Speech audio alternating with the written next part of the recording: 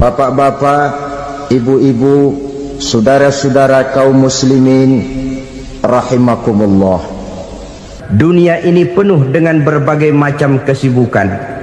Sejak dari petani yang turun ke ladang, pedagang yang berangkat ke pasar, pelajar yang menuju sekolah, sampai kepada pegawai yang berangkat ke kantor, seluruhnya tidak lain untuk mencari sesuatu yang bernama bahagia. Setiap orang menginginkan kebahagiaan, dan tidak seorang pun menginginkan kesengsaraan dalam kehidupan ini. Namun nyatanya tidak setiap orang yang ingin bahagia mengetahui jalan yang harus ditempuhnya untuk sampai kepada kebahagiaan itu. Maka pada kesempatan pertemuan kali ini, saya ingin menyampaikan sebuah hadis dari junjungan kita baginda Nabi besar Muhammad sallallahu alaihi wasallam yang termuat dalam kitab Mukhtarul Ahadits An-Nabawiyah, di mana beliau bersabda, arba'un min sa'adatil mar'i.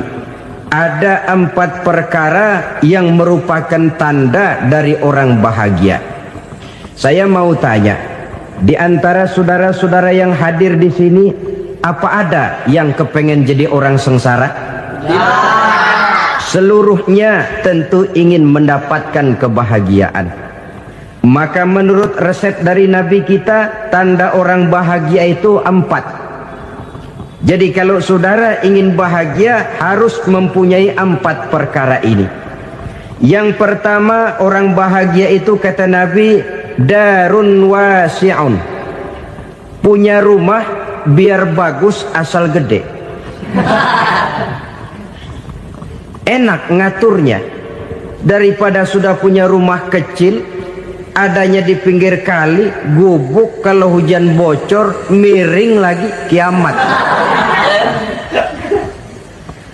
Loh, kalau gitu Islam materialis dong.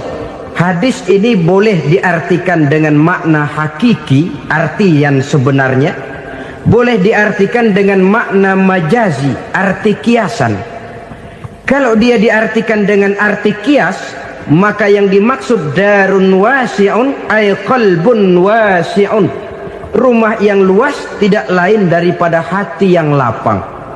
Karena di situ kunci kebahagiaan yang sebenarnya. Walaupun kita cuma tinggal di petak berukuran 2 kali 3 meter, kalau hati kita luas-luas rasanya rumah itu. Tapi biar rumah kita halamannya saja puluhan ribu hektar, ada kolam renangnya, kamar tidurnya tidak lagi terhitung. Kalau hati yang menempati rumah itu sempit, maka akan terasa sempit jugalah rumah itu. Tempat bergantungnya tidak lain adalah hati. Marilah kita mencoba melihat berbagai pandangan orang tentang bahagia ini. Ada orang menyangka bahwa bahagia itu kalau dia mendapatkan harta yang sebanyak-banyaknya. Siapa yang banyak harta, dialah raja. Apa yang dia mau, seluruhnya bisa dibeli. Keamanannya, dia bisa menyewa petugas. Seluruh fasilitas untuk menyenangkan kehidupannya bisa dibeli. Pendeknya, hartalah segala-galanya dalam kehidupan. Sampai ada pepatah mengatakan, innad darahima fil amakini kulliha taksur rijala mahabatan wa jalala. Sesungguhnya harta, dinar, dirham, uang di mana-mana selalu bikin hebat orang yang memilikinya. Coba lihat, orang yang punya duit sama yang enggak punya duit, jangan gaya hidupnya, gaya jalannya aja lain. Wahia lisanun liman arada fasahatan, wahia silahun liman arada qitala. Uang adalah senjata yang paling ampuh bagi orang yang mau pergi perang, dan lidah yang paling fasih bagi orang yang mau bicara. Kalau bicara dengan lidah macet, cobalah bicara dengan harta, lancar. Sampai ada pepatah demikian, segalanya bisa diatur dengan harta. Maka di kalangan orang yang berpandangan semacam itu, seluruh kegiatan hidupnya hanya terfokus kepada bagaimana mengumpulkan harta yang sebanyak-banyaknya. tidak peduli halal haram, tidak kenal sore pagi siang dan malam, tidak sempat sujud, jauh dari agama, jauh dari kehidupan yang bersifat ruhaniyah, jauh dari Allah dan sebagainya, sampai dalam Al-Quran dikelompokkan dalam kelompok yang dinamakan lumazah. Allazi jama'a malahu wa 'addadah yahsabu anna malahu akhladah. Mereka mengumpul-ngumpulkan harta sebanyak-banyaknya dan menyangka bahwa harta yang banyak itu dapat mengekalkan hidupnya, mengekalkan kekayaannya, mengekalkan kebahagiaannya. Saudara hadirin yang berbahagia, kalau pandangan hidup ini benar, artinya kalau harta memang merupakan satu-satunya hal yang dapat membuat orang bahagia, tentu di rumah mewah tidak akan pernah ada tangis derita. Tentu di satu tempat di mana fasilitas hidup serba menunjang tidak ada yang namanya penderitaan. Tapi suka dan duka, sedih dan gembira, senyum dan tawa adalah milik setiap orang, baik dia punya harta maupun dia tidak punya harta. Nyatalah bahwa harta semata-mata bukan merupakan jaminan bahwa orang akan bahagia, walaupun tanpa harta orang sulit untuk bahagia. Saya mau cerita, ada orang super kaya, namanya Aristotle Onesimus, raja tanker Yunani. Dia punya kapal tanker saja konon sampai 11 banyaknya. Punya perusahaan penerbangan yang disebut Olympic Airlines. Punya hotel di berbagai kota besar di dunia ini, sejak dari New York, London, Paris, Rome dan sebagainya. Bahkan punya pulau yang dia namakan Pulau Scorpio. Ini kan namanya sudah kaya nggak tanggung-tanggung, punya pulau. Nah, dia punya 2 orang anak, yang satu laki-laki namanya Alexander, yang satu perempuan namanya Maria Onesimus. Seluruh harapannya tertumpah kepada anak lakinya Alexander ini, yang akan meneruskan usahanya, meneruskan kekayaannya, meneruskan dinastinya. Apa yang terjadi? Ternyata anak yang dia harapkan yang bernama Alexander ini mati muda dalam kecelakaan pada waktu dia olahraga. Apa olahraganya? Namanya olahraga anak orang kaya, golongan jet set. Olahraganya olahraga pesawat terbang. Jatuh, ya nggak kapungut, habis mati. Tinggal satu anak perempuannya, Maria Onesimus. Tapi anak perempuan ini juga malah urakan. Terakhir dia pacaran, bahkan kemudian kawin sama orang Rusia. Rupanya Aristotle Onesimus ini broken. Kekayaannya yang berlimpah ruah, perusahaannya yang begitu banyak, siapa yang akan meneruskan? Siapa yang akan menggantikan?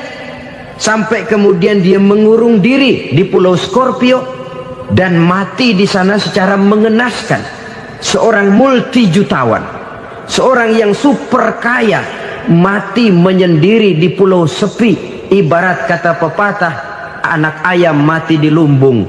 Bukan kekurangan makanan, keurugan makanan. Begitu kehidupan Aristotle Onesimus. Dan banyak orang-orang yang sudah demikian kaya sampai dibingungkan oleh kekayaannya sendiri. Telusurilah kehidupan David Rockefeller misalnya, Henry Ford misalnya, Adnan Khashoggi misalnya. Multi jutawan yang kadang-kadang dibuat keder oleh kekayaannya sendiri. Pantas ketika Imam Ali ditawarkan orang, "Ya Ali, kalau kepadamu disuruh pilih ilmu atau harta, kau pilih mana?" Ya jelas pilih ilmu dong. Kenapa? Pertama, ilmu kalau kita berikan kepada orang lain tambah. Tapi harta kalau kita berikan kepada orang lain kurang. Saudara punya uang 10.000, dibagi orang 5.000, jelas uang saudara berkurang. Tapi saudara punya ilmu, diberikan kepada orang lain bisa, saudara pun makin mantap. Tidak lantas jadi bodoh karena ngajarin orang. Saudara bisa Fatihah lalu mengajarkan orang Fatihah. Orang bisa, saudara pun makin hafal. Tidak lantas setelah diajarin orang ilmunya hilang. Begitu datang dia minta orang, tolong ajarin saya Fatihah. Udah habis, nggak ada.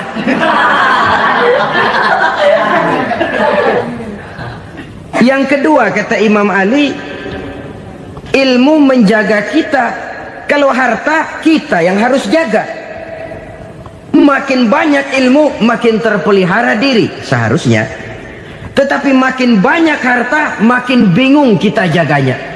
Sampai kadang-kadang kalau perlu seluruh keliling rumah dipasangi alarm.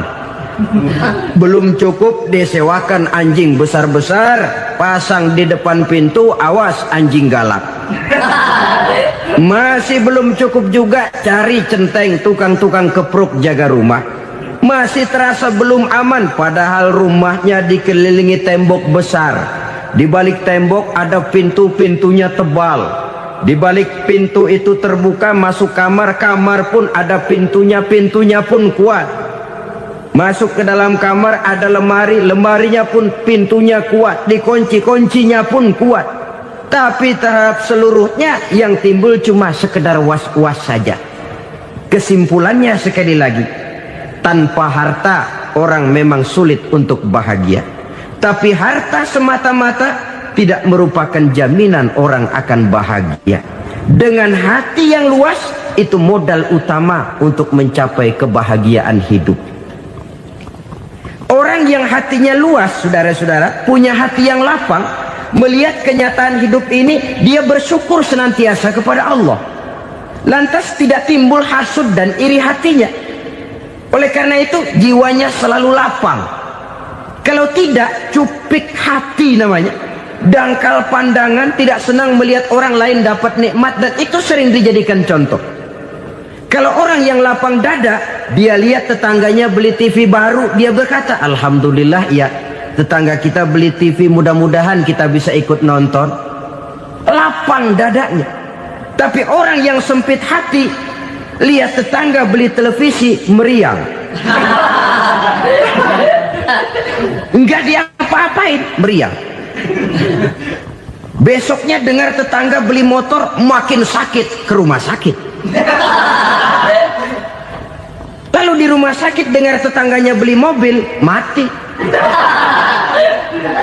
Disiksa oleh perasaannya sendiri. Orang kalau hati sudah sempit dalam hidup, kemanapun dia pergi, sempit rasanya medan kehidupannya. Kemudian kita melihat juga ada orang yang menilai bahwa bahagia itu katanya kalau punya kedudukan yang tinggi, pangkat yang agung, wibawa yang besar. Mungkin betul, tapi mungkin juga tidak. Bergantung kepada hati orang yang punya pangkat itu. Sama dengan harta tadi. Harta akan membawa bahagia kalau dia jatuh ke tangan orang yang berhati lapang. Tapi harta akan jadi bencana kalau jatuh ke tangan hati orang yang sempit. Pangkat akan membawa bahaya kalau jatuh di tangan hati orang yang sempit.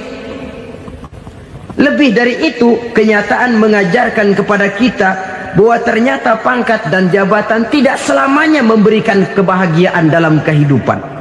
Bahkan resikonya kelewat besar. Beberapa bukti kita bisa ambil dari para pemimpin dunia yang menjadi korban lantaran pangkat dan jabatan yang disandangnya. Saudara ingat Presiden Abraham Lincoln dan John Kennedy dari Amerika? Dibunuh orang. Park Chung-hee dari Korea Selatan, Ziaur Rahman dari Bangladesh, Anwar Sadat dari Mesir, terakhir Indira Gandhi dari India, menjadi korban dari pangkat dan jabatan yang disandangnya dari orang-orang yang tidak senang dia memegang jabatan itu. Dia akan mudah mengundang bencana.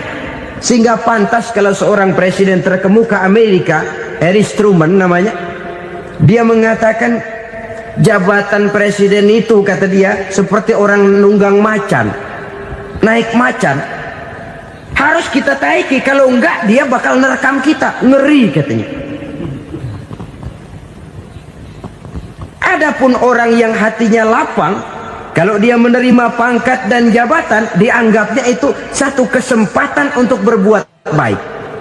Tapi orang yang berhati sempit, menerima pangkat dan jabatan, bukan kadang-kadang menerima, malah berusaha setengah mati mencapai dengan segala cara. Kalau perlu jilat atas, jilat atas. Jadi golongan sumuhun dawu. Jadi kelompok kulon nuwun, yes sir, yang kerjanya cuma oke bos. Kalau perlu jilat atas, jilat atas. Kalau perlu injak yang bawah, injak yang bawah. Perlu sikut kiri kanan, sikut kiri kanan. Yang penting pangkat dapat, jabatan dapat. Orang yang semacam ini, kalau sudah mempunyai pangkat dan jabatan, biasanya dia tidak menganggap itu sebagai amanah, tidak menganggap sebagai kesempatan berbuat baik, tapi malah kesempatan untuk memperturutkan hawa nafsunya yang dilatar belakangi oleh kesempitan hatinya tadi. Apalagi kalau orang memperoleh pangkat karena banyak mengeluarkan uang, seakan-akan pangkat dan jabatan itu sekarang macam proyek pakai tender. Siapa yang berani bayar segini naik, nggak berani minggir. Padahal logikanya, kalau orang mencapai satu jabatan karena banyak mengeluarkan uang, hampir bisa dipastikan bahwa setelah jabatan itu dia pegang, langkah pertama yang akan dilakukannya ialah berusaha bagaimana uang yang dia keluarkan supaya kembali. Ya paling kurang pulang modal dulu dong. Soal mikirin rakyat soal nanti, tapi ini modal harus pulang. Itu celakanya kalau orang memperoleh pangkat dan jabatan cuma karena banyak mengeluarkan uang. Jarang orang yang mempunyai keyakinan dan pandangan bahwa pangkat dan jabatan merupakan amanah. Jadi sekali lagi, pangkat dan jabatan mungkin saja membawa kebahagiaan kalau jatuh ke tangan orang yang berhati lapang. Tapi bisa jadi bencana kalau dia jatuh ke tangan orang yang mempunyai hati yang sempit. Dan lagi-lagi stresnya hati yang lapang.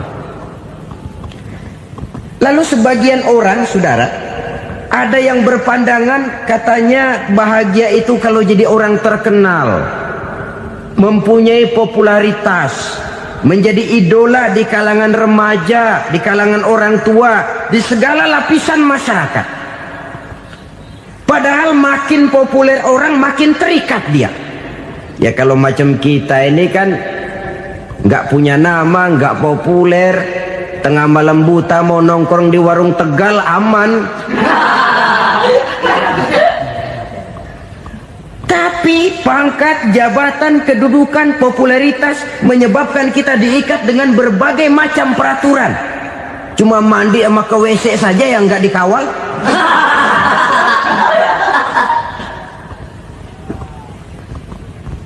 Benarkah popularitas, ketenaran membawa kebahagiaan? Mungkin, ya, tapi mungkin juga tidak. Kenapa? Banyak orang-orang populer yang mengakhiri hidupnya secara tragis. Kita ambil beberapa nama. Di Amerika tahun 60-an ada bintang seksi paling terkenal yang dijuluki seks bom, bom seks. Sampai sekarang jadi legenda, namanya Marilyn Monroe. Singkatan doublenya itu inisialnya MM, Marilyn Monroe. Terkenal, top, sampai dia mati tahun 62. Namanya sekarang masih saja dibicarakan orang. Kenapa dia bunuh diri? Tidak punya hartakah dia? Banyak. Kurang populerkah dia? Seluruh dunia mengenalnya. Sejak rakyat kecil sampai pejabat tinggi dia punya hubungan. Kenapa? Jenuh. Dia terlahir dalam keadaan yatim. Setelah itu tidak lama dia berangkat remaja, ibunya meninggal. Pindah dari wanita asuh ke wanita asuh sampai 12 orang ibu angkatnya. Dan kekecewaan yang paling parah, setiap laki-laki yang dekat dengannya hanya seperti kapal berlabuh. datang dan pergi silih berganti, padahal dia merindukan seseorang yang bisa melindungi hidupnya. Dia rindukan itu dan dia tidak pernah menemukan. Itu yang akhirnya menyebabkan dia minum pil tidur kelewat dosis, minum obat tidur kebanyakan, ya tidur terus sampai sekarang.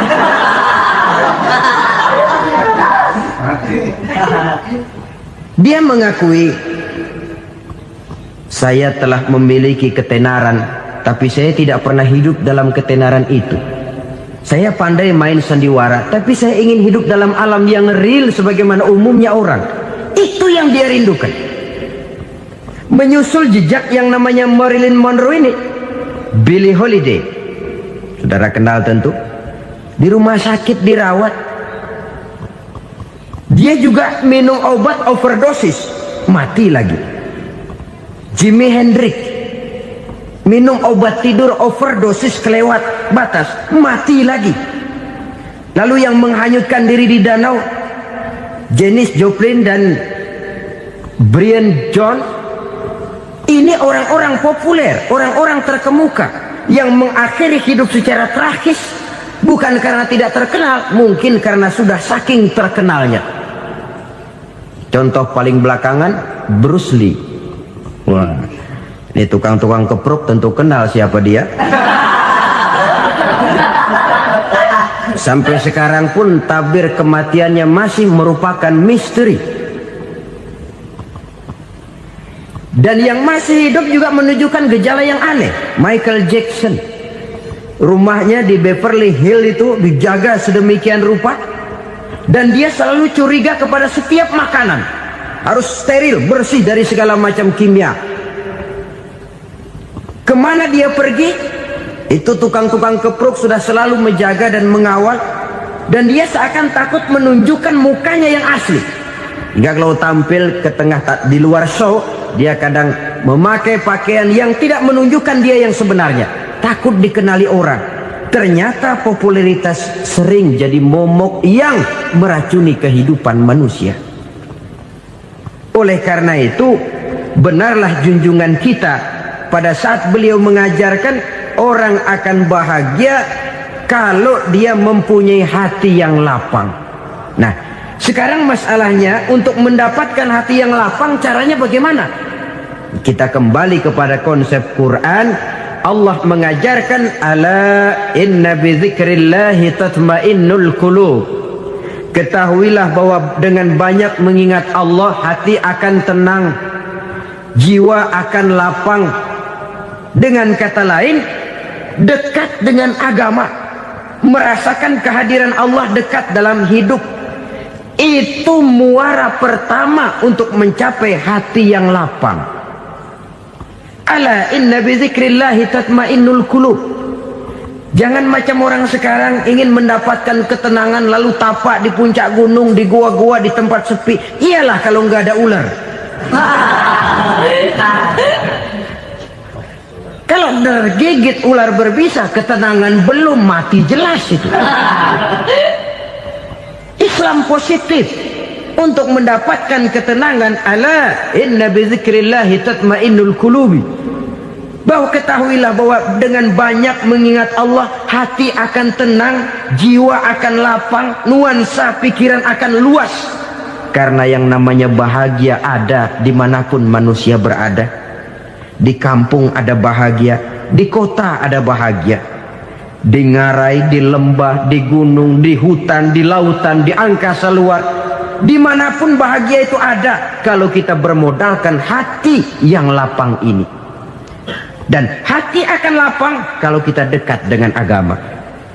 Dekat dengan harta buat sementara hati mungkin tenang, tapi ketenangan yang relatif dan temporer. Apalagi orang tiap kali tambah harta, tiap kali tambah rencana. Itu wajar. Mungkin sebelumnya saudara berpikir, kalau punya duit 5.000 enak nih. Begitu punya duit 5.000, aduh sayang kalau 10.000 aja. Tiap kali tambah harta, tiap kali lain rencana.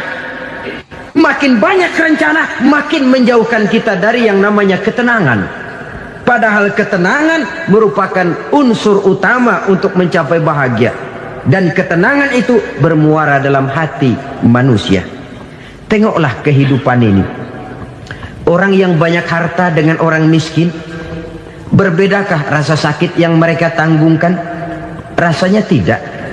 Walaupun si kaya tidur di kasur empuk berselimutkan sutra mahal, sementara si miskin meringkuk di balai bambu yang keras dan kasar. Apabila maut datang, dia juga tidak pernah pilih bulu. Maut datang menjemput si kaya di singgasana keemasannya, dikelilingi oleh para pengasuh, dayang dan idang serta para pengawal. Dan maut pun datang menjemput si miskin papa, sehingga ia tergelepar di tepian jalan. Kedua-duanya bernama mati. Kalau nyata bahwa sakit yang ditanggung si kaya tidak beda dengan sakit yang ditanggung si miskin, bukan harta semata yang membuat orang bahagia. Hati yang tenang, jiwa yang lapang penuh kedamaian karena banyak berzikir dan mengingat Allah, itu merupakan modal utama untuk mencapai sesuatu yang bernama bahagia.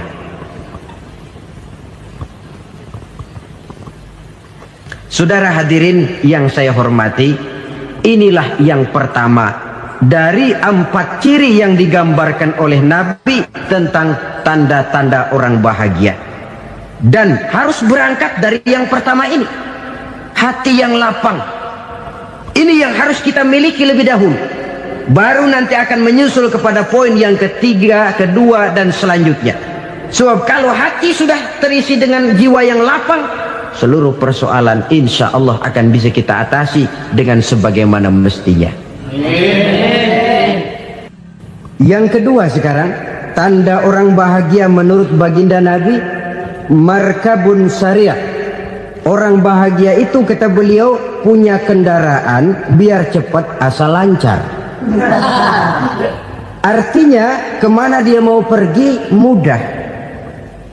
Apa maksud hadis ini? Kalau kita kaji lebih dalam, kendaraan itu kan alat transportasi. Transportasi tidak lain adalah usaha memudahkan komunikasi. Pindah dari situ kepada teori bahwa manusia adalah zon political, makhluk bermasyarakat yang tidak bisa memenuhi kebutuhan hidupnya secara sendirian. Kita memerlukan keberadaan orang lain dalam kehidupan ini. Untuk memakai baju saja kita sudah perlukan petani yang tanam kapas, pabrik yang memintal kapas jadi benang, pabrik yang menenun benang jadi kain, sampai kepada mesin jahit, sampai kepada tukang jahit. Itu cuma untuk memakai pakaian saja. Tidak seorang pun di antara kita yang sanggup memenuhi kebutuhan hidupnya secara sendiri. Kita perlu orang lain. Maka kebebasan dalam arti mutlak, kebebasan tanpa batas, itu tidak mungkin ada dalam kehidupan. Karena kita mengadakan yang disebut interaksi sosial. Setiap kegiatan kita tentu melibatkan orang lain. Menurut kita barangkali kita bebas jalan di jalan raya semaunya, tapi orang lain berkendaraan pun merasa bahwa ini ada juga jalan haknya, dan begitu selanjutnya. Oleh karena itu, maksud dari kendaraan yang cepat ini adalah khulata'uhu ma'as solihin.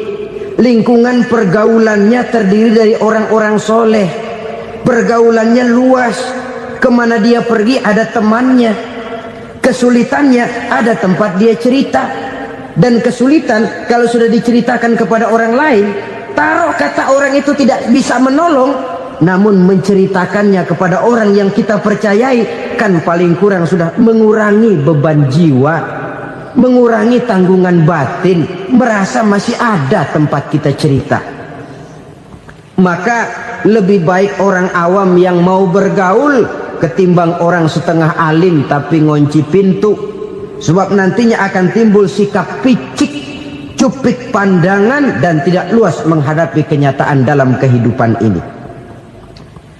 Namun yang harus kita garis bawahi, pergaulan memang mesti luas. Namun jangan sekali-kali lupa bahwa pergaulan sangat besar pengaruhnya dalam ikut membentuk kepribadian manusia. Sehari-hari bisa kita bilang Kalau kita dekat sama tukang minyak wangi, sekalipun nggak dibagi minyaknya, baunya tentu dapat. Betul? Tapi dekat sama tukang elas, walaupun nggak kena apinya, asapnya mesti kena. Kalau Syauqi mengatakan lebih jelas lagi, man asyaral asyrafa asya musyarrafan wa muasyiral anzali ghairu musyarrafin. Awalam taral jildal hakira muqabbalan bisagri lamma sara jildal mushaf.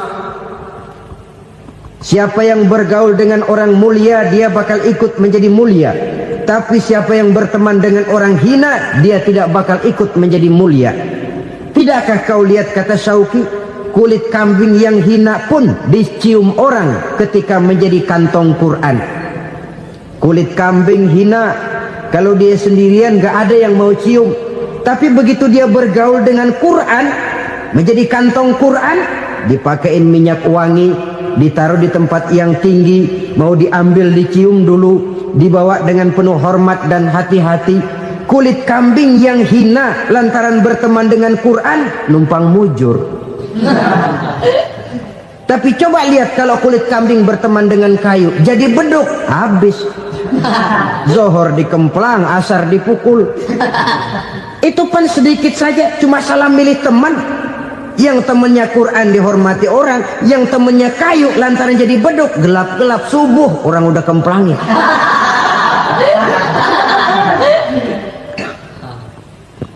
Maka terutama kepada adik-adik remaja yang masih mencari identitas diri, yang ibarat kaset masih kaset kosong, mudah diisi oleh apapun, pandai-pandailah memilih teman dalam bergaul.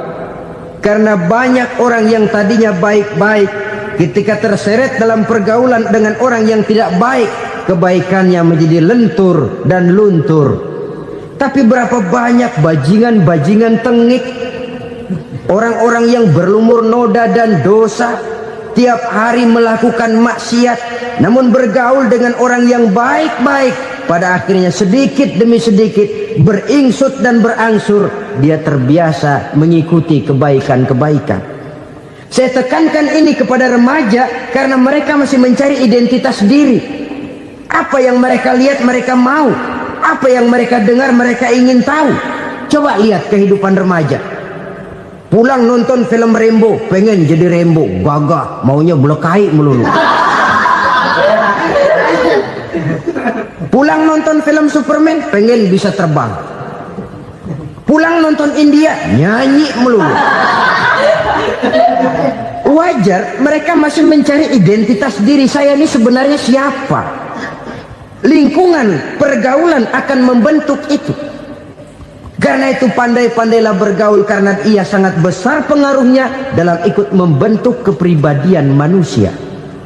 Apalagi sifat yang jelek lebih cepat menularnya ketimbang sifat yang baik.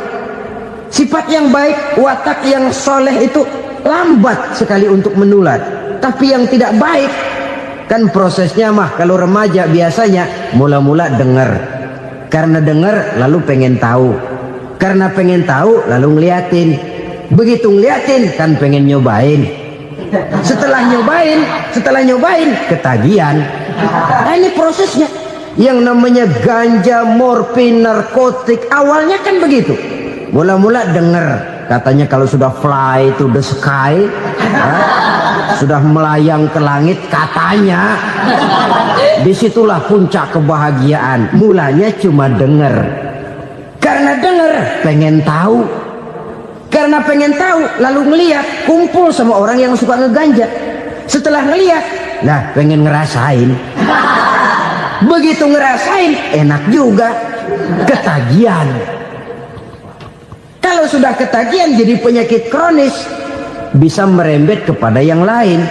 Iya, kalau orang tuanya mampu untuk beli morfin, beli ganja. Kalau tidak kan pikirannya ngayap, jemuran siapa ya gue sabet. Timbullah perbuatan-perbuatan negatif yang bermula dari salah pergaulan. Apalagi buat adik-adik remaja yang tinggal di kota-kota besar, yang pengaruh budaya, pengaruh kesenian, pengaruh struktur kehidupan yang nampak makin individualistis, di mana persaingan tajam, tensi ekonomi tinggi, orang mudah mengalami stres. Pandai-pandailah dalam bergaul, sekali lagi, karena ia sangat besar pengaruhnya dalam ikut membentuk kepribadian manusia. Orang bahagia punya kendaraan yang cepat, artinya punya pergaulan yang luas, dan lingkungan pergaulannya terdiri dari orang-orang yang soleh. Kemana dia pergi, ada teman. Kesulitannya, ada tempat dia cerita. Tapi kalau sudah menyendiri, hidup sendiri, kesulitan dipikiri sendiri, bisa mati belum waktunya. Tidak ada tempat berbagi rasa, tidak ada tempat bercerita, tidak ada tempat mengurangi beban dalam kehidupan. Pantas betul kalau Islam sangat menggalakkan dan menganjurkan orang kalau sudah sampai waktunya itu untuk melangsungkan nikah. Kata Nabi, ya ma'syaras syabab man istata'a minkumul ba'at falyatazawwaj. Hai para pemuda, kalau sudah mampu memberi nafkah, kawinlah, nikahlah kamu. Kenapa? Sudah ada teman hidup, tempat berbagi rasa. Kesulitan kalau ada tempat cerita akan lebih ringan ketimbang kita telan sendiri, walaupun bobot kesulitannya sama beratnya. Saudara-saudara kaum muslimin rahimakumullah, inilah ciri yang kedua, punya kendaraan biar cepat asal lancar. Kemana kita mau pergi gampang.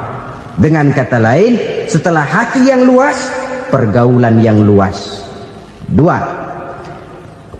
Yang ketiga sekarang, tanda orang bahagia itu menurut Nabi, misbahun mudhi'un, punya lampu yang terang. Oh, itu enggak problem. Sekarang sudah zamannya listrik masuk desa, Pak. Lampu sudah terang semua. Betul, kalau itu yang dimaksud. Tapi tidak cuma itu. Karena lampu yang dimaksud di sini, lampu yang akan menerangi seluruh perjalanan hidup.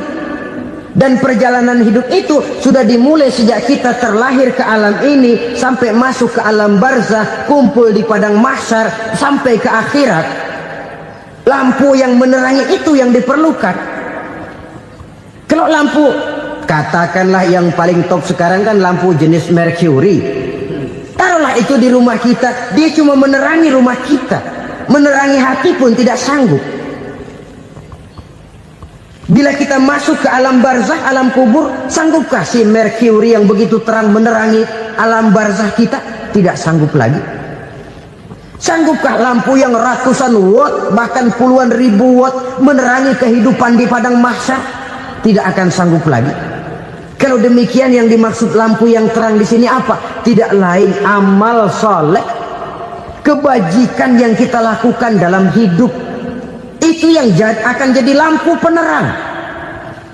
Di dunia nama kita akan terang. Jasad kita boleh hancur terkubur tanah, tapi nama kita akan dikenang orang. Begitulah kalau orang meninggalkan kebajikan dalam hidup seperti sekarang. Ribuan orang tiap saat berziarah ke kubur Imam Syafi'i, ke kubur Imam Malik, ke kubur Imam Ghazali, ke kubur orang yang baik-baik, orang yang soleh-soleh. Kebajikannya yang ditinggalkan, yang mengukir namanya dengan tinta emas, sehingga saudara sudah terbaring di alam kubur. Orang lewat, Allah, ini kuburannya Fulan bin Fulan, dulu ini kebaikannya Masya Allah, saya ikut merasakan. Mari kita mampir sebentar, kita Fatihah, mohon disampaikan Allah pahalanya kepada almarhum. Al-Fatihah. Itu kalau orang baik-baik. Lalu saudara tanya, Pak, orang mati dikirimin Fatihah apa nyampe pahalanya? Saya jawab, kalau saudara nggak percaya, mati dulu dah. Nanti saya Fatihain, tungguin di sana. Umpama nggak sampai, balik lagi kemari. Sekarang ini kan maunya otak-otakan saja. Kalau nggak masuk otak, nggak percaya. Padahal alam gaib itu nggak bisa diotak-otakin. Sama saja dengan saudara pernah dengar cerita kapal tanpa emas tenggelam kan? Pernah nggak? Di mana? Ya, di laut Masalembo. Begitu ke tanpa emas tenggelam, ratusan penumpang itu terjun ke laut, dipermainkan gelombang, berjuang menghadapi maut itu. Orang lagi timbul tenggelam di lautan, dihantam ombak, kita tengokin pakai helikopter. Pak, lagi timbul tenggelam ya? Iya, tolongin. Jangan khawatir Pak, nih saya kirim Intan Pak, harganya 10 juta. Kira-kira orang yang timbul tenggelam di laut seneng nggak? Tidak. Kan mahal toh Intan 10 juta. Kenapa dia nggak senang? Karena Intan 10 juta dalam kondisi seperti itu tidak sanggup menyelamatkan dia. Dia akan girang kalau dikirimin ban mobil bekas, dikirimin papan terentang atau bambu. Intan yang 10 juta dia nggak girang. Ban mobil bekas yang 1000 perak, tuh pegang, itu yang dia girang betul. Inilah sebabnya Nabi berkata, mal mayyitu fi qabrihi illa kal ghariqil mutaghawwis. Orang yang meninggal di alam kuburnya seperti orang timbul tenggelam di lautan. Yantaziru da'watan min ahli, menunggu doa dari keluarganya yang masih hidup. Duh, bapak saya sudah meninggal, saya sayang benar sama dia. Kirimin kulkas ke kuburannya Itu sama saja dengan tadi orang tenggelam di lautan dikirimi Intan yang harganya 10 juta, ndak sampai. Begitulah kalau kebajikan yang kita tinggalkan dalam hidup, sudah mati pun kubur kita masih diziarahi orang. Tapi kalau jahat yang kita tinggalkan, boro-boro lah orang mau doa lewat dekat kuburan kita juga serem. Tuh bajingan no, dulu mati dipendem di situ tuh. Jangan lewat situ, ntar kesurupan, jangan. Lewat saja orang ngeri. Konon lagi membacakan Fatihah dan mengirimkan doa. Hidup pada hakikatnya adalah kesempatan untuk berbuat baik. Maka sekali kesempatan itu diberikan, manfaatkan dengan sebaiknya. Sebab kesempatan kedua tidak akan pernah ada.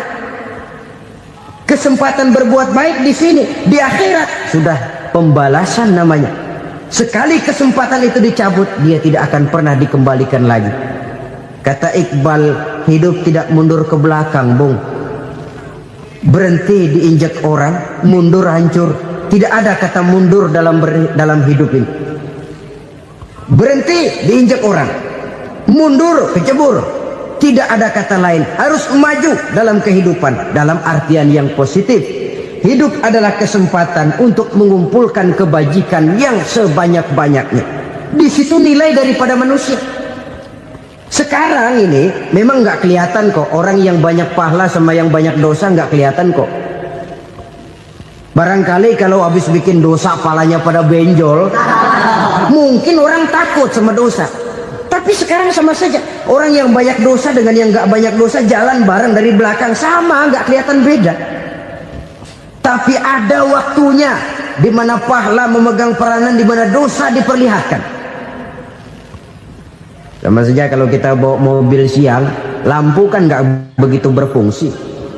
Apa lalu bilang, alah ini lampu berat-beratin, copot-copotin aja dah. Tidak perlu begitu. Kenapa? Pada suatu saat malam senja akan datang. Bila matahari terbenam, senja pun datang, gelap mulai merayap, disitulah baru terasa perlunya lampu. Pahala begitu. Sekarang orang yang nggak ada pahalanya nggak kelihatan dalam kehidupan. Tapi pada suatu saat senja kehidupan akan datang. Ajal merenggut nyawa, malam merayap, dan hidup mulai diliputi kegelapan di alam barzakh.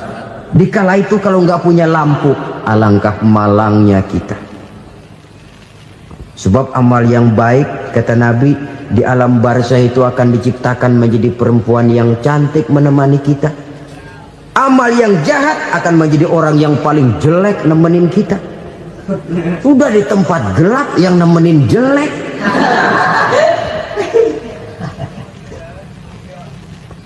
Kaum muslimin rahimakumullah. Kalau demikian masalahnya, tergantunglah kita pandai memanfaatkan waktu. Al-waktu kasayf, waktu itu cepat sekali. Yang namanya waktu itu tahu-tahu. Tahu-tahu udah tahun 87. Tahu-tahu udah begitu. Tahu-tahu yang kemarin anak-anak, sekarang udah pada punya anak. Tahu-tahu saja itu. Begitu cepat waktu berlalu. Kalau tidaklah pandai kita memanfaatkannya, akan rugi kita. Nabi bersabda, man kana yaumuhu khairun min amsihi fahuwa rabih.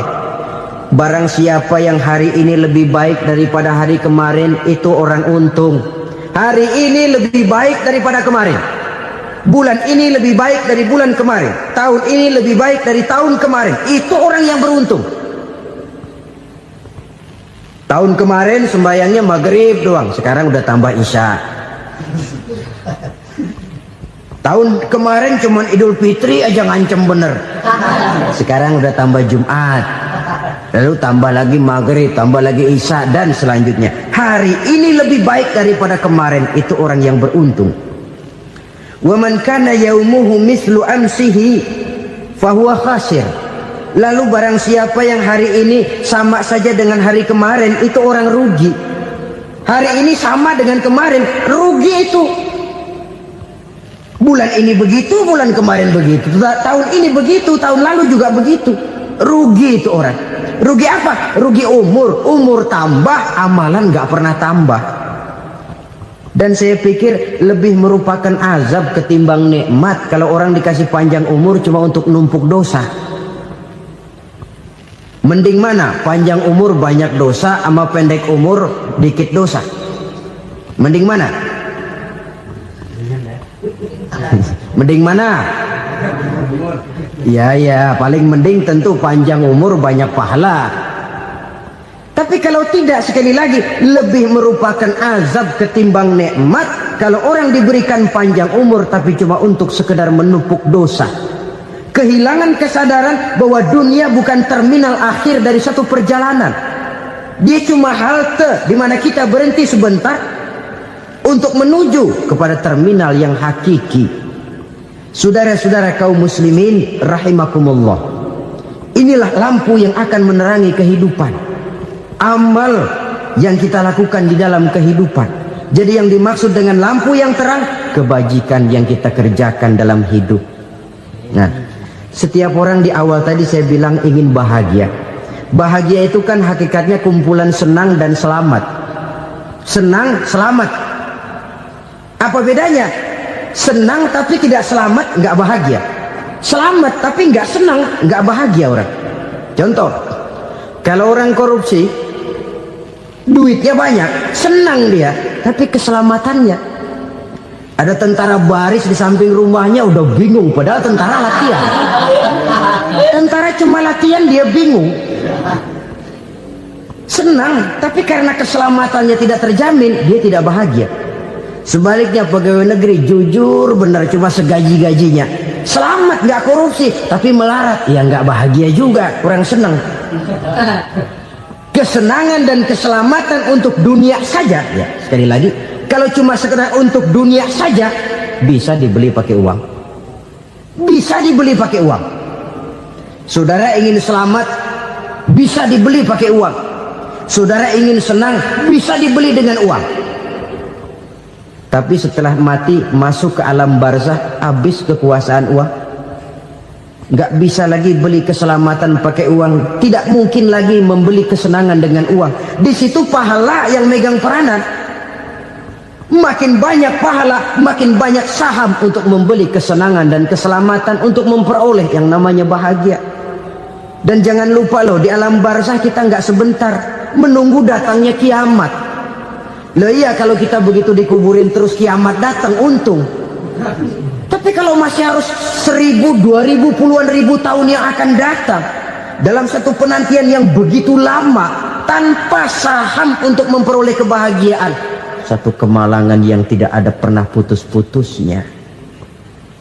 Janganlah tergelincir oleh kebahagiaan sebentar yang menipu dengan mengorbankan kebahagiaan hakiki yang berjangka panjang. Apa artinya senyum sejenak kalau harus ditebus dengan tangis seumur hidup? Biarlah kita minum jamu, pahit memang, getir memang, tapi kan besok badan sehat. Daripada sekarang minum sirup, manis memang, enak memang, tapi bibir pada jontor besoknya. Sirawan, batuk, nggak karu-karuan. Banyak orang tertipu oleh kesenangan yang sebentar, padahal laisa kullu ma yalma'u zahaban. Belum tentu semua yang berkilat itu emas, belum tentu semua yang gemerlap itu intan. Karena itu marilah manfaatkan kesempatan yang diberikan Allah ini untuk mengumpulkan kebajikan yang sebanyak-banyaknya. Yang terakhir sekarang, yang keempat, tanda orang bahagia kata Nabi. Zaujatun salihah. Orang bahagia itu tanda yang keempat kata Nabi, punya istri biar cakep asal taat. Sudah surga itu sudah. Cakep taat. Istri kayak gitu, kalau belum mati jangan dikuburin dulu. Sudah cakep taat lagi, tapi kadang-kadang enggak, udah jelek ngadat melulu. Apa yang mau dipilih? Sebab itu Quran mengatakan istri pakaian untuk suami, suami pakaian untuk istri. Kenapa suami istri diibaratkan pakaian? Alangkah tingginya gaya bahasa Quran ini. Suami istri teman hidup, hidup perjalanan panjang.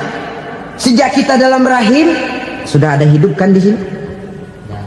Sampai ke alam dunia, masuk ke alam barzah, kumpul di padang mahsyar, sampai menuju akhirat, itu perjalanan hidup. Carilah istri atau suami teman hidup yang membawa manfaat tidak hanya kehidupan di dunia ini, sampai di alam barzah, sampai di padang mahsyar. Suaminya mungkin meninggal lebih dulu, atau istrinya mungkin meninggal lebih dulu, tapi suami atau istri yang masih hidup berbuat kebajikan. Suami saya meninggal, ada hartanya, saya sedekahkan, niat pahala untuk almarhum suami saya. Ini teman hidup, tidak dibatasi dan tidak bisa dipisahkan oleh maut sekalipun.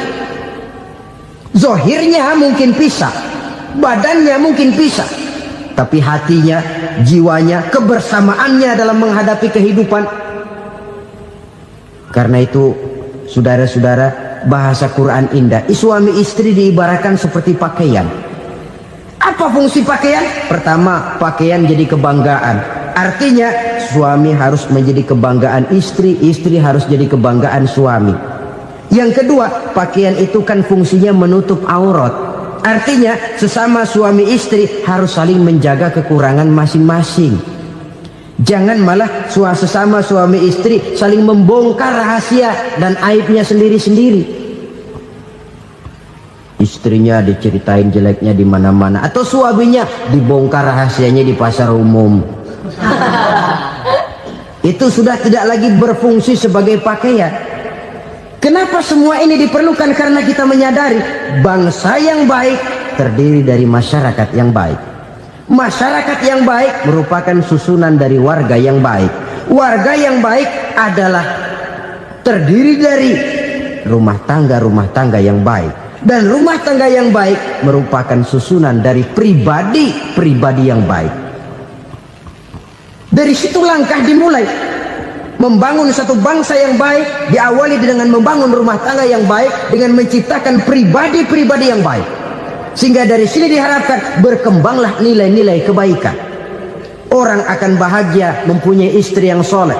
Kenapa? Tidak ada seorang suami bisa sukses jadi apapun dia, apapun profesinya. Dokterkah, kiaikah, mubalikah, petanikah, pengusahakah, pejabat tinggikah, tidak ada seorang suami yang bisa sukses tanpa peran serta istrinya. Walaupun memang peranan itu tidak begitu kelihatan, tapi sangat menentukan. Karena itu, saudara hadirin yang saya hormati, Islam sangat menghargai kaum wanita, memberikan kedudukan yang tinggi sepanjang tidak mematikan kodrat kewanitaannya.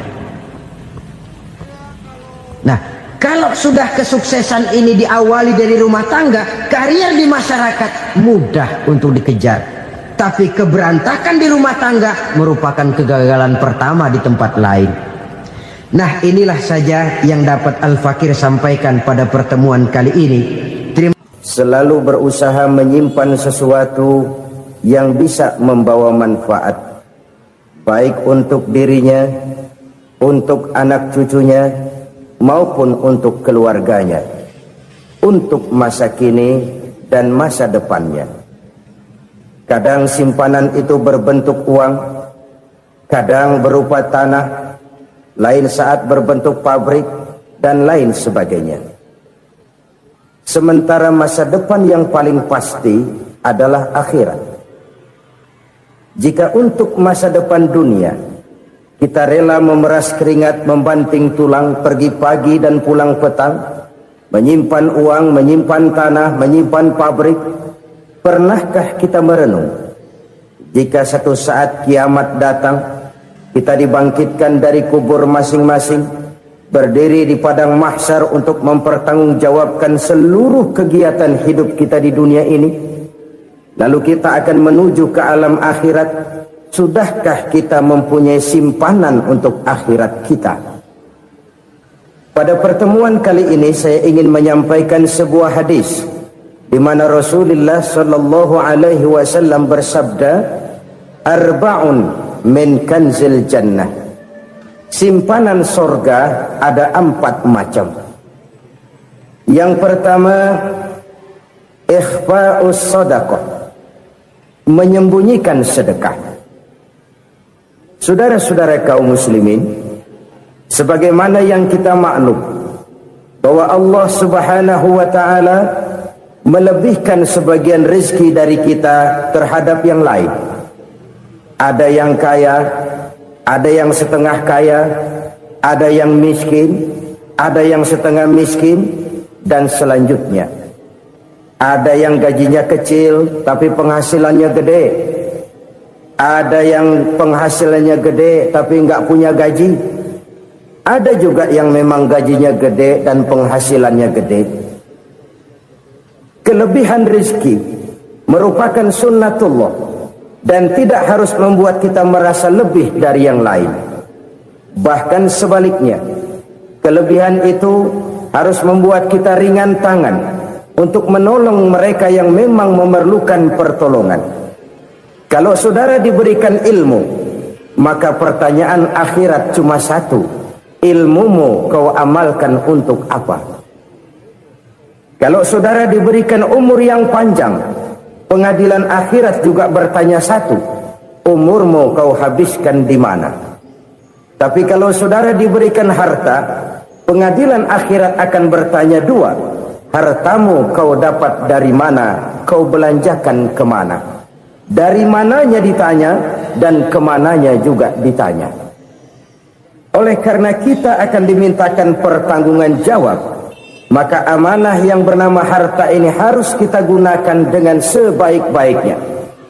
Ada penggunaan yang merupakan kewajiban, itu zakat namanya.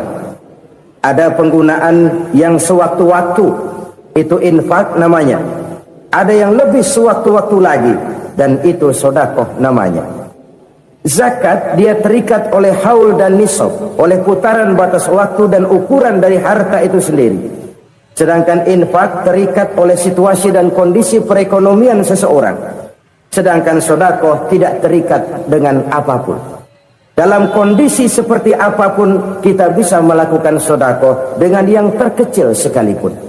Sampai-sampai Rasulullah sallallahu alaihi wasallam mengajarkan, la tahkiranna minal ma'rufi syai'an walau an talqa akhaka biwajhin talik.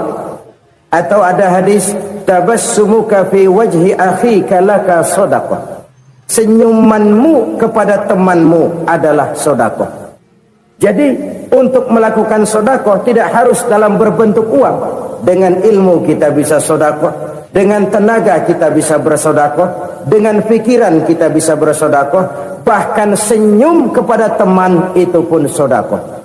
Jadi kalau sedekah dengan uang memang belum punya uang, nyengir aja banyakin. Itu asal pada tempatnya, jangan lalu ketemu tiang listrik cengengesan. Tentu tidak pada tempatnya dan tidak wajar. Nah, sedekah yang paling dicintai Allah adalah sedekah yang disembunyikan. Artinya, jauh dari sifat riya. Kan kadang-kadang ada orang sedekah itu disebutkan namanya, apa tidak bagus? Kalau memang niatnya ikhlas, ya bagus-bagus saja. Untuk memberikan sugesti kepada yang lain. Si Fulan bin Fulan nyumbang sekian, diumumkan. Boleh kalau niatnya untuk memberikan rangsangan kepada yang lain supaya dia menyumbang lebih besar dari orang tadi. Tapi kalau itu mendatangkan riya, maka sedekah yang paling dicintai Allah adalah sedekah yang disembunyikan. Tangan kiri saja tidak tahu apa yang diberikan oleh tangan kanan. Sedekah yang dilakukan dengan ikhlas akan merupakan perbendaharaan surga, tersembunyi dari pandangan orang lain, tidak seorang pun tahu. Karena memang sikap yang baik adalah melupakan kebaikan dan mengingat kesalahan. Itu salah satu ciri orang bahagia. Orang yang selalu mengingat kesalahannya dan berusaha melupakan segala kebaikannya. Kalau dia akan berada kebaikan, dia tidak bisa ikut, dia merasa rugi karena dia merasa belum pernah berbuat baik. Tapi kalau akan melakukan kesalahan baru, dia ingat kesalahan yang sudah-sudah, sehingga terhalang baginya untuk melakukan satu kesalahan baru. Demikianlah saudara-saudara, bahwa Allah melebihkan rizki sebagian kita dari yang lain, agar terjadi tolong-menolong dalam kehidupan ini. Jadi kesenjangan yang nature, kesenjangan yang alami, itu sunnatullah. Ada yang kaya, ada yang miskin, ada yang kelas menengah. Nah, kenapa lalu sekarang kita berusaha mengentaskan kemiskinan? Oleh karena adanya kesenjangan struktural. Kalau yang kaya bisa semakin kaya, kenapa yang miskin tidak bisa naik jadi ikut sedikit kaya? Sebab pada dasarnya Islam adalah agama yang sejak turunnya sudah berupaya memerangi kemiskinan. Bahkan dikatakan kemiskinan itu mendekatkan kepada kekufuran. Orang kalau miskin udah dekat banget sama kafir. Gampang menjadi kafir. Berapa banyak saudara-saudara kita yang oleh karena soal perut, oleh karena soal materi, terpaksa meninggalkan dan menanggalkan akidahnya. Menjual petunjuk yang diberikan Allah dengan kesenangan dunia yang cuma sebentar ini. Na'udzubillah, summa na'udzubillah. Jadi makin kita sembunyikan satu sedekah, semakin banyak perbendaharaan kita di surga. Sedekah yang paling dicintai Allah adalah sedekah yang disembunyikan. Malahan ada seorang sufi, dia punya kebiasaan kalau pergi sholat Jumat dia bawa uang, itu uang dia taruh di bawah tikar masjid. Dia niat sedekah kepada siapa saja yang nemuin itu duit. Maksudnya apa? Supaya yang nemuin nggak tahu siapa yang punya duit. Demikian dia saking ingin menyembunyikan sedekahnya. Karena sifat riya itu bisa memakan amal kita sendiri. Riya itu termasuk menyebut-nyebut kebaikan kita.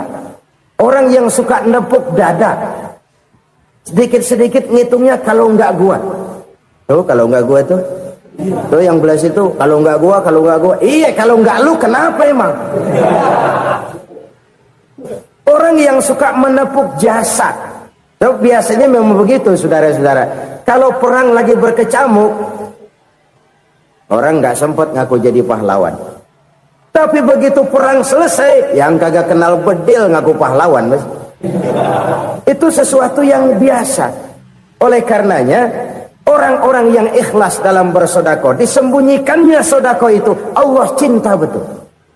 Malahan ada hadis memberikan jaminan, inna sadaqatal mar'il muslimi tazidu fil umri wa tadfa'u mitatas su'i. Sesungguhnya sedekahnya seorang mukmin tazidu fil umri, bisa menambah umur panjang. Wa tadfa'u mitatas su'i, dan menyelamatkan manusia dari mati secara su'ul khatimah. Jadi siapa yang kepengen panjang umur, banyaklah sedekah. Yang bosan hidup, pelit terus. Sedekah menambah panjang umur dan menyelamatkan manusia dari mati secara su'ul khatimah. Pak, katanya umur itu nggak bisa ditambah, nggak bisa dikurangin. Kapan? Kalau ajal sudah datang. Fa idza jaa ajaluhum la yastakhiruna sa'atan wa la yastakdimun. Kalau ajal datang tidak bisa dimajukan, tidak bisa dimundurkan. Itu kalau ajal sudah datang. Tidak bisa lagi umur ditambah dikurangi, sudah datang. Tapi kalau belum datang, itu kan haknya Allah. Mau ditambah, mau dikurangi, hak prerogatif Allah. Sebagai pencipta manusia, Allah maha kuasa dan maha mampu. Sedekah ini menambah panjang umur dan menyelamatkan manusia dari mati secara su'ul khatimah. Itu orang mati kan sama ya, kondisinya mati, nggak nafas. Tapi hakikat mati kan lain-lain. Ada yang mati itu husnul khatimah, baik akhirnya. Misalnya lagi ngaji mati, lagi sholat mati, lagi sedekah mati. Ini yang dinamakan dengan husnul khatimah, baik di akhirnya. Sebaliknya ada yang su'ul khatimah, jelek di akhirnya. Ini yang jadi catatan akhir. Lagi nyekek botol, mampus. Lagi banting kartu, modar. Su'ul khatimah, jelek pada akhirnya. Sedekah menyelamatkan manusia dari mati secara su'ul khatimah. Dan kita semua kepengen mendapat husnul khatimah, jauh dari su'ul khatimah. Oleh sebab itu yang bisa menyelamatkan kita dari penyakit itu antara lain adalah sedekah yang disembunyikan, yang dikerjakan dengan ikhlas karena Allah. Tidak karena kepengen dipuji orang, tidak karena ingin dikatakan orang pemurah, sebab orang dermawan itu orang yang memberi tanpa harus diminta. Kalau masih harus diminta, ya belum dermawan namanya, masih harus diminta. Kalau nggak diminta ya tulus, lolos, polos. Saudara-saudara kaum muslimin rahimakumullah. Harta adalah amanat dan akan kita pertanggungjawabkan. Allah melebihkan rizki sebagian kita dari yang lain agar kita saling tolong menolong, bantu membantu. Nabi janjikan siapa yang meringankan beban saudaranya muslim di dunia, Allah akan meringankan bebannya di akhirat nanti. Sebuah jaminan dari baginda Nabi. Si orang yang kita bantu barangkali tidak bisa membalas, Allah yang akan membalas lewat jalan lain yang tidak pernah kita sangka-sangka. Ada orang tanya, Pak, ini ada orang nyumbang masjid sambil marah-marah, bagaimana? Saya bilang sumbangannya aja ambil, marahnya jangan. Marahnya jangan diambil, itu urusan dia. Saudara-saudara kaum muslimin rahimakumullah. Umat Islam ini kan umat yang punya potensi besar. Kadang kita merenung, kenapa kadang-kadang pembangunan masjid kok lambat sekali? Kalau hotel hari ini peletakan pertama, bulan depan peresmian. Supermarket hari ini peletakan batu pertama, minggu depan peresmian. Tapi kalau sudah yang namanya masjid, kadang-kadang peletakan batu pertama sekaligus jadi batu terakhir. 3 tahun, 4 tahun, campur nebar jalak di jalanan, duit dijaring kayak ikan sepat. Apa tidak ada orang Islam yang kaya? Banyak. Apa tidak ada pengusaha muslim yang jadi konglomerat? Ada. Lalu yang belum banyak itu yang komit terhadap nilai-nilai agamanya. Akhirnya kita jatuh jadi umat yang lemah. Belum ada pengusaha konglomerat muslim buka pabrik supermi cap bedug misalnya umpamanya atau pabrik kecap cap sorban supaya identitas keislamannya sedikit kelihatan. Kita jatuh jadi umat yang lemah karena potensi tidak terinventarisir dengan baik. Kita ini ibarat kompor yang cuma matengin nasi orang lain. Potensi kita dimanfaatkan oleh orang lain. Ukhuwah Islamiyah kita baru terbatas kepada silaturahmi. Ukhuwah di bidang ekonomi kita lemah, ukhuwah di bidang kebudayaan kita lemah, apalagi ukhuwah di bidang politik kita lebih rapuh lagi. Padahal ukhuwah itu adalah totalitas kehidupan manusia, menyangkut ipolexos bud, memerlukan nilai-nilai ukhuwah. Jadi oleh karena itu mari kita menyadari di dalam harta kita, walaupun kita yang cari pergi pagi pulang sore peras keringat banting tulang, di sana ada harta anak yatim, di sana ada hak masjid, Di sana ada hak pesantren, di sana ada hak jihad. Berbahagialah seseorang apabila dia oleh Allah dijadikan keran. Keran itu menyimpan air, tapi tidak untuk dirinya, tapi disalurkannya kepada mereka yang memang memerlukannya. Saudara-saudara kaum muslimin rahimakumullah, ini yang pertama. Jadi perbendaharaan surga adalah menyembunyikan sedekah. Orang lain nggak tahu, kita pun nggak pernah ngitung-ngitung. Kita anggap lewat begitu saja, padahal itu deposit akhirat. Satu. Yang kedua, perbendaharaan surga itu apa? Wa kitmanul musibah, menyembunyikan kesulitan. Kadang orang takut menghadapi kesulitan, tapi makin kita merenung, hidup ini kan sebenarnya urusan. Takut sama urusan, ya jangan hidup. Tandanya orang hidup itu kalau punya urusan. Urusan melupakan problem sering menimbulkan kesulitan. Kesulitan bukan untuk ditakuti, tapi untuk diatasi dan dicarikan jalan keluarnya. Siapa sih orangnya yang nggak pernah sulit? Makin tinggi status sosialnya, makin gede urusannya. Makin tinggi kualitas imannya, makin berat tingkat kesulitannya. Cuma memang yang namanya enak itu seperti pelangi. Biang lala itu nggak pernah di atas kepala kita, di atas kepala orang melulu. Lu sih enak lu, kata kita. Dia juga bilang yang enak kan lu. Pelangi itu nggak pernah di atas kepala kita. Kata tukang beca, aduh enak ya naik Mercy. Kata tukang beca, apa yang di dalam mobil Mercy? Aduh enak bener tukang beca, di jok ngeringkuk ngorok pulas bener. Saya kamar pakai AC, sejuk, tempat tidur sutra, empuk, alga, spring bed, kulak kulik, nggak bisa pulas kalau belum minum Valium, belum tidur. Enak bener tukang beca, di jok ngorok nggak tahu wetan kulon. Si tukang beca bilang yang di Mercy enak, yang di Mercy bilang tukang beca enak. Inilah enak, nggak pernah di atas kepala kita, di atas kepala orang lain melulu enak itu. Nah, saudara-saudara, yang merupakan perbendaharaan surga itu orang yang bisa menyembunyikan kesulitan, baik pribadi ataupun rumah tangga. Ini terutama rumah tangga yang jadi soalnya. Kadang-kadang kita ini kalau senang, sebaliknya kalau senang kita diam, kalem aja, cuek. Banyak banget duit kita bawaan, diam aja udah. Malah ketemu orang takut. Tapi begitu susah, sekampung tahu. Padahal Nabi mengajarkan perbendaharaan surga itu menyembunyikan musibah, menyembunyikan kesulitan. Kalau enak, cerita sama orang-orang. Kalau nggak enak, rasain sendiri, tekan sendiri, atasin sendiri. Kita kan sebaliknya, tenang kita diam, asal lagi susah, paling tidak kita nyari teman buat cerita kesusahan. Siapa orangnya yang nggak pernah susah? Cuma soalnya bagaimana kita mengatasi kesusahan itu sendiri. Begitu juga misalnya kalau orang sudah berumah tangga, itu orang tuanya harus menjadi tempat dia cerita yang enak-enak saja. Yang nggak enak rasain berdua, selesaikan berdua, atasin berdua. Jangan dibalik. Asal senang diam, giliran susah saja. Maknya laporan.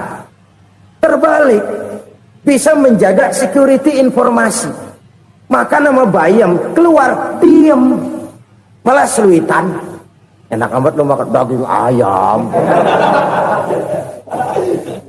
Security informasi. Saudara-saudara kaum muslimin rahimakumullah. Ujian yang terberat itu yang pernah diberikan kepada para nabi, para rasul, para aulia, para ulama. Makin tinggi keimanan, makin berat bentuk kesulitan. Ayo saya kemukakan satu contoh saja. Ada seorang nabi yang kaya, nabi kaya, namanya Nabi Ayub. Iblis kalau orang begini kan keki, ibadahnya rajin, kaya. Nih yang kayak begini susah digodain. Kalau ibadahnya rajin, miskin, kali bisa disogok. Sini imannya mantap, ibadahnya rajin, kaya, nabi lagi. Oh, tapi namanya iblis nggak kurang akal. laporan, Tuhan, kenapa Les? Ya ini bahasa saya, bahasa Qur'annya sih nggak gitu. Itu hambamu yang namanya Ayub, dia rajin ibadah cuma karena dikasih kaya aja. Coba kasih miskin dia, berhenti dia sembahyang. Ah, kamu bisa aja. Saya tahu Ayub itu hambaku yang ikhlas. Saya buktiin Tuhan, silahkan. Dibuktiin lah, iblis turun ke alam ini. Yang mula-mula dia lakukan, dia rusak sawah ladang Nabi Ayub. Dia binasakan binatang ternak Nabi Ayub. Sehingga dalam waktu singkat, jatuhlah Nabi Ayub dari orang paling kaya jadi orang paling miskin. Beliau masih ibadah di mihrab dalam masjid. Datang iblis. Saudara Ayub, ya, lagi ngapain? Ibadah. Nyembah Allah, nyembah Allah. Oh, percuma. Kenapa? Tuhan yang ente sembah nih, dia udah bikin miskin ente. Sawah ladang ente hancur lebur, binatang ternak binasa. Sekarang ente jadi orang paling miskin. Ngapain nyembah Tuhan kayak begitu? Tekor. Udah berhenti dah ibadah, berhenti ibadah. Ini iblis sama Tuhan laporannya lain, yang dikerjakan kepada Nabi Ayub juga lain. Benar begitu iblis kata Nabi Ayub? Iya, sawah ladang saya habis, buras. Binatang ternak saya binasa, binasa. Saya miskin, bangpak.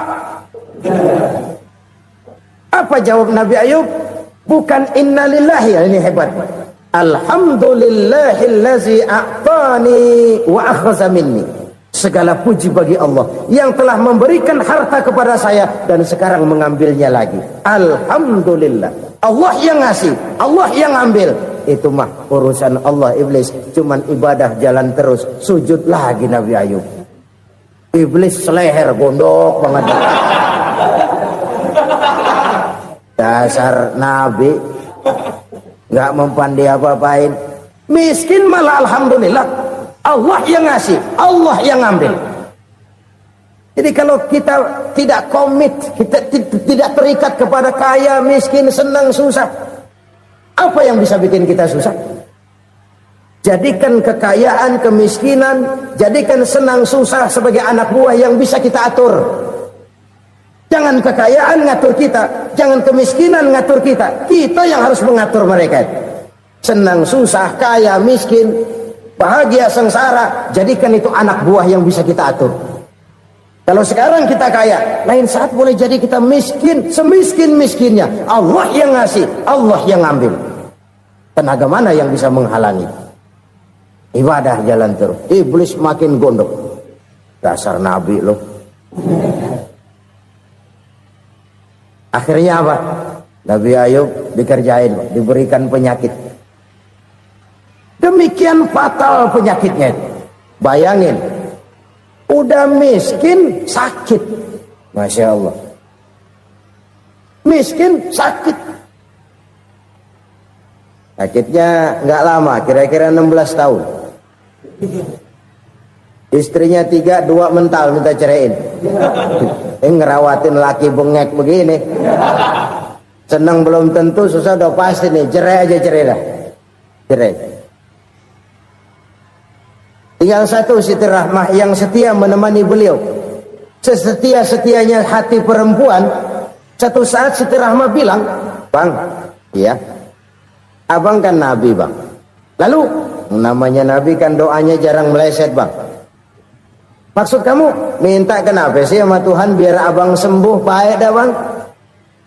Siti Rahmah, iya. Saya sakit berapa tahun sih dah? 16 tahun bang. Sebelum ini saya sehat berapa tahun? Ya kira-kira 60 tahun bang. Nah coba ente banding-bandingin Rahmah. Saya dikasih sehat 60 tahun, dikasih sakit 16 tahun. Sudah nggak sabar mau doa kepada Allah minta sembuh. Saya malu kepada Allah. Diuji dengan yang luar biasa seperti ini, tidak mengganggu stabilitas kehambaannya. Dia tetap menghamba kepada Allah Subhanahu wa ta'ala. Saudara-saudara kaum muslimin rahimakumullah. Kunci menghadapi kesulitan itu apa? Allah jelaskan dalam satu ayat, wa basyiris sabirin alladzina iza asabathum musibah qalu inna lillahi wa inna ilaihi raji'un. Gembirakan orang-orang yang sabar. Siapa mereka itu? yang apabila mendapat musibah mereka kembali kepada keyakinan dasar segalanya dari Allah dan segalanya akan kembali kepada Allah. Ini konsepsi dasar dari sikap muslim dalam menghadapi berbagai kesulitan. Segalanya dari Allah, segalanya akan kembali kepada Allah. Kalau ini sudah kondisi dasarnya, maka kita akan lapang menghadapi kenyataan bagaimanapun pahitnya. Apakah itu namanya miskin, apakah itu namanya sakit, bahkan maut sekalipun. Maut sekalipun. Segalanya dari Allah, segalanya akan kembali kepada Allah. Ini sikap hidup, bukan sekedar ucapan. Kita kadang-kadang menjadikannya sebagai ucapan. Mulutnya sehingga berhenti, innalillahi wa inna ilaihi rajiun, tapi nangisnya terus gerung-gerungan. Bukan itu, ini kesadaran moral. Kalau segalanya dari Allah, segalanya kembali kepada Allah, kan sebenarnya cuma nunggu giliran. Hari ini saya nyembayangin dia, entah hari apa saya disembayangin orang. Hari ini saya antar dia ke kubur, entah hari apa orang nganterin saya ke kubur. Hari ini saya tahlilkan dia, entah nanti kapan orang tahlilkan saya. Segalanya dari Allah, segalanya akan kembali juga kepada Allah. Oleh sebab itu saudara-saudara, kesulitan bukan untuk ditakuti. Kesulitan justru untuk diatasi, dicarikan jalan keluarnya. Dan tidak ada orang yang tidak pernah mendapat kesulitan. Tidak ada. Semakin tinggi status sosial, semakin tinggi kualitas keimanan, semakin besar juga tingkat kesulitan. Hanya saja bagaimana cara kita mengatasinya. Dan Al-Quran menyatakan, inna ma'al usri yusra. Di balik kesulitan itu pasti ada kemudahan. Roda itu berputar. Karena itu Rasulullah sallallahu alaihi wasallam mengingatkan kepada kita, ta'arraf ilallahi fir raha ya'rifka fisyiddah. Ingatlah kepada Allah di waktu kamu senang, supaya Allah ingat kepada kamu di waktu kamu susah. Kalau waktu senang kita ingat kepada Allah, kita susah, Allah tidak akan meninggalkan kita. Tapi kalau waktu senang kita jauh dari Allah, sujud tidak sempat, dengan masjid jauh, ketika senang kita lupakan Allah. Nanti begitu kita susah, Allah lupakan kita. Dan itu menyakitkan. Oleh karena itu orang-orang tua kita dulu bilang, kalau lagi sehat ingat-ingat lu bakal sakit nanti. Kalau lagi kaya ingat-ingat satu saat kita bakal jatuh miskin. Bahkan kalau lagi muda ingat-ingat kita bakal tua. Dan yang terpenting, kalau lagi hidup ingat-ingat kita bakal mati. Saudara-saudara kaum muslimin rahimakumullah. Jadi yang kedua yang merupakan perbendaharaan surga, menyembunyikan musibah. Saudara-saudara kaum muslimin rahimakumullah. Hal ketiga yang merupakan perbendaharaan surga adalah wasilatur rahmi. Orang yang suka bersilaturahmi.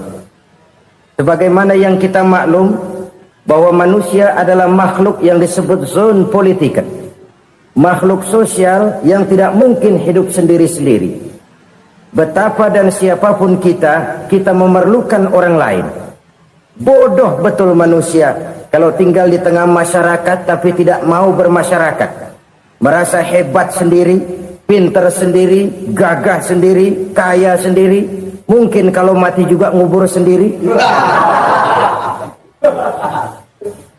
Jangankan kita di sini, di sorga saja Nabi Adam waktu sendirian bengong melulu, mondar mandir.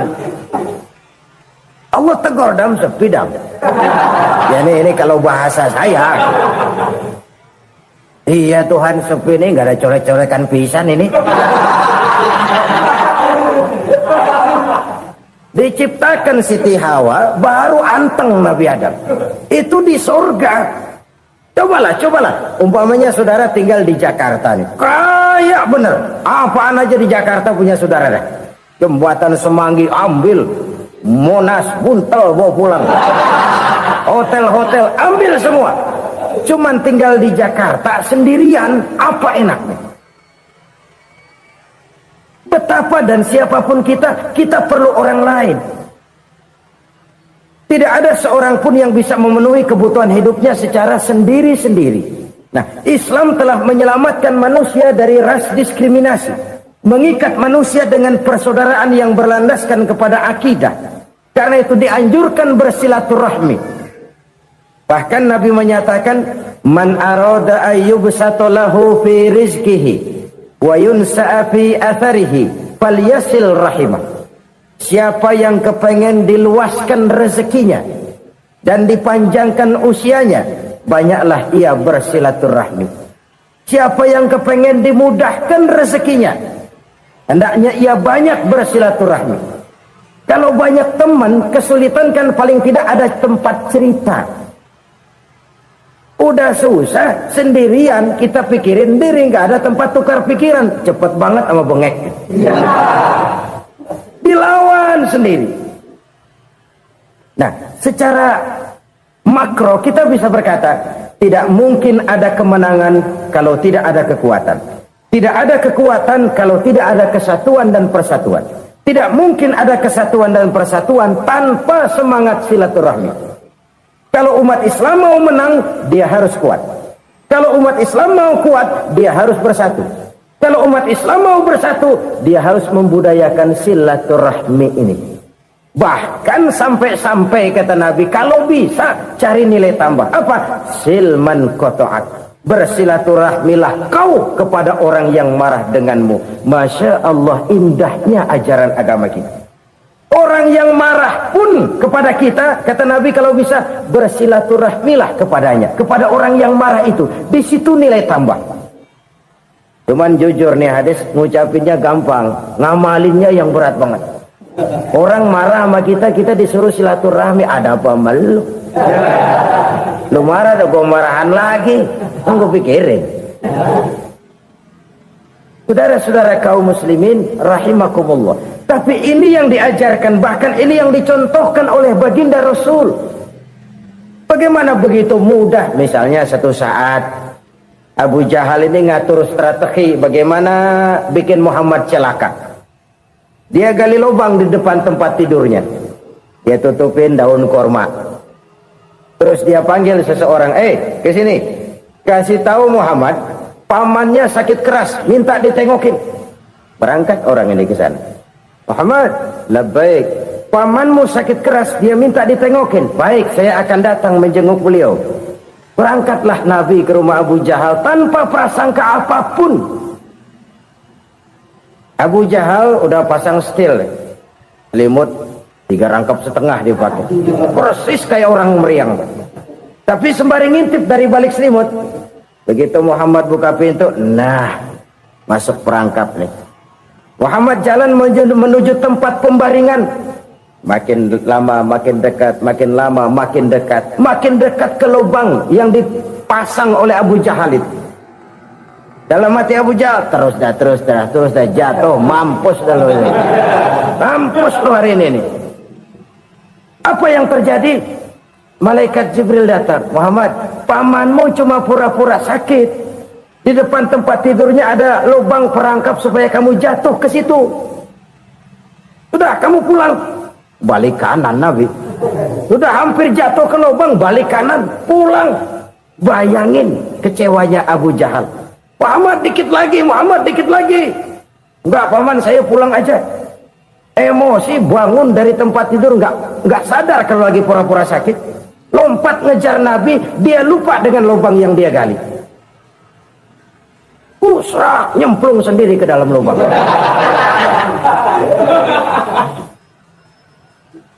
Nabi terus berlalu.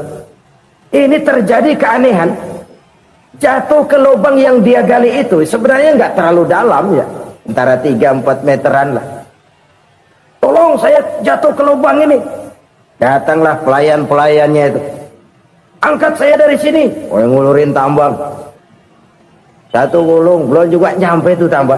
Kurang, beli lagi ke warung. Sambung, ulur lagi, nggak juga bisa sampai. Wah, ini kerjaan Muhammad ini. Tolong, siapa salah seorang kamu ke rumah Muhammad, kasih tahu encangnya kecebur. Minta ditolongin. Sampaikan kepada Rasul.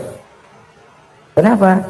Pamanmu jatuh ke lubang, Muhammad minta tolong diangkatin. Tambang udah nyambung-nyambung nggak nyampe juga. Ya, nanti saya datang, saya tolong. Coba. Nyata-nyata orang berniat jahat mau mencelakakan dia.